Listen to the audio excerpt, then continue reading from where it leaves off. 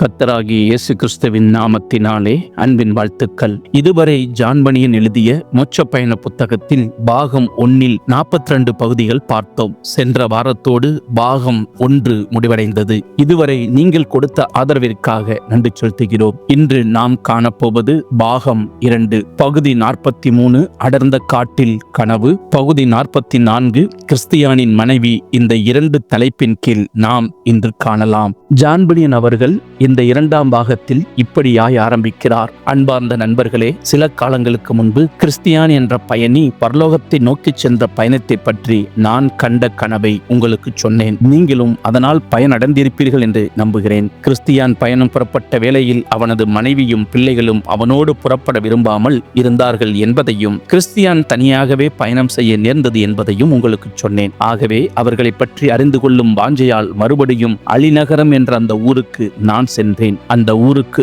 1 mile தொலைவில் இருந்த ஒரு காட்டில் தங்கினேன். நான் அங்கே படுத்து உறங்கிய போது மறுபடியும் ஒரு கனவு கண்டேன். ஒரு வயோதிபர் என்னிடம் வந்தார். நான் எழுந்து அவரோடு நடந்தேன். நான் அவரோடு நடந்து செல்கையில் பாதையின் இடதுபுறமாக ஒரு பட்டணத்தை கண்டேன். ஐயா, அது என்ன பட்டணம் என்று அவரை கேட்டேன். விவேகி என்னும் பெயருடைய அவர், அதுவா, அதுதான் அலிநகரம் என்ற பட்டணம். அங்கே இருக்கிற எல்லோரும் சோம்பேறிகளாகவும் மகா மோசமானவர்களாகவும் இருக்கிறார்கள் என்று சலிப்புடன் கூறினார். இந்த மனிதர் நல்ல எண்ணம் கொண்டவர் என்பதையும் நன்மையான காரியங்களை பேச விருப்பமுள்ளவர் என்பதையும் நான் புரிந்து கொண்டபடியால் தொடர்ந்து அவரிடம் பேசினேன். ஐயா, இந்த பட்டணத்தைச் சேர்ந்த கிறிஸ்தியான் என்பவன் சில காலத்துக்கு முன்பு மோட்சம் நோக்கி பயணம் புறப்பட்டு சென்றானே, அவனை பற்றி ஏதாவது கேள்விப்பட்டிருக்கிறீர்களா என்று கேட்டேன். எவ்வளவோ செய்திகள் கேள்விப்பட்டிருக்கிறேன். கிறிஸ்தியானை பற்றியும் அவனது பயணத்தை பற்றியும் அறியாதவர்கள் மிக சிலரே என்று கூறலாம். அவனது பயணத்தை பற்றிய புத்தகங்களை கூட பெரும்பாலானோர் தங்கள் வீடுகளில் வைத்திருக்கிறார்கள். அவன் இங்கே இருந்தபோது அவனை முட்டாள் என்று கேலி செய்தார்கள். தற்போது கிறிஸ்தியான் அனுபவிக்கும் மகிழ்ச்சியையும் ஆசீர்வாதங்களையும் பெற விரும்புகிறார்கள்.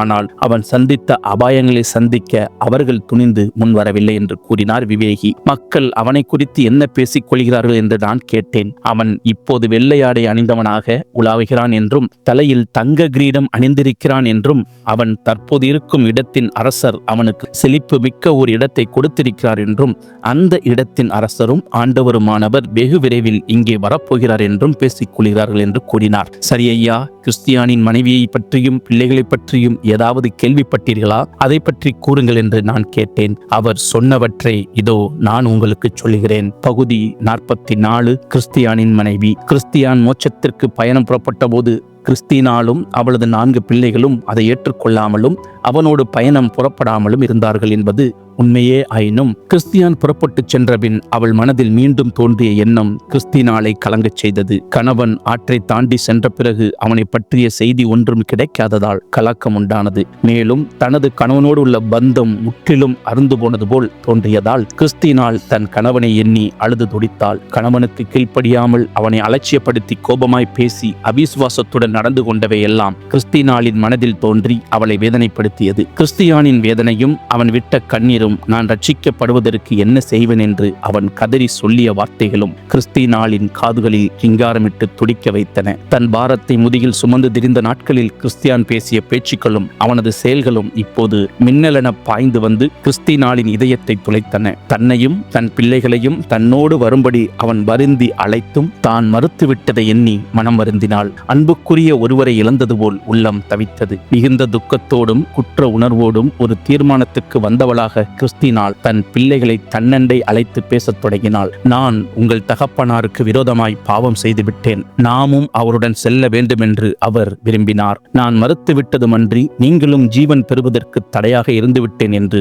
கண்ணீரோடு கூறினாள். இதை கேட்டவுடன் அந்த பையன்களும் கண்ணீர் வடித்து தங்கள் தகப்பனாருக்கு பின்னால் தாங்களும் செல்ல வேண்டுமென்று கூறி கதறினார்கள். ஐயோ, அந்த நாளே நாமும் அவருடன் சென்றிருக்க கூடாதா? இனிமேல் தனியாக பயணம் செய்வதை விட அவரோடு சென்றிருந்தால் எவ்வளவோ நன்றாக இருந்திருக்குமே. தந்தையின் வேதனைகளை அவரது முட்டாள்தனமான கற்பனை என்றல்லவா எண்ணிவிட்டோம். அவர் மனக்குழப்பத்தில் இருந்தார் என்றல்லவா எண்ணியிருந்து விட்டோம் என்று அழுது கதறினார்கள். கிறிஸ்தினாலும் பிள்ளைகளும் துக்கத்துடனே தூங்கச் சென்றனர். அந்த இரவிலே கிறிஸ்தினால் ஒரு கனவு கண்டாள். ஓர் அகலமான தோல் சுருள் அவளுக்கு முன்பாக விரிக்கப்பட்டிருந்தது. அவளது தவறான செயல்களும் சிந்தனைகளும் அதிலே எழுதப்பட்டிருந்தன. அதை பார்த்த கிறிஸ்தினாலின் நிலை பரிதாபகரமாய் இருந்தது.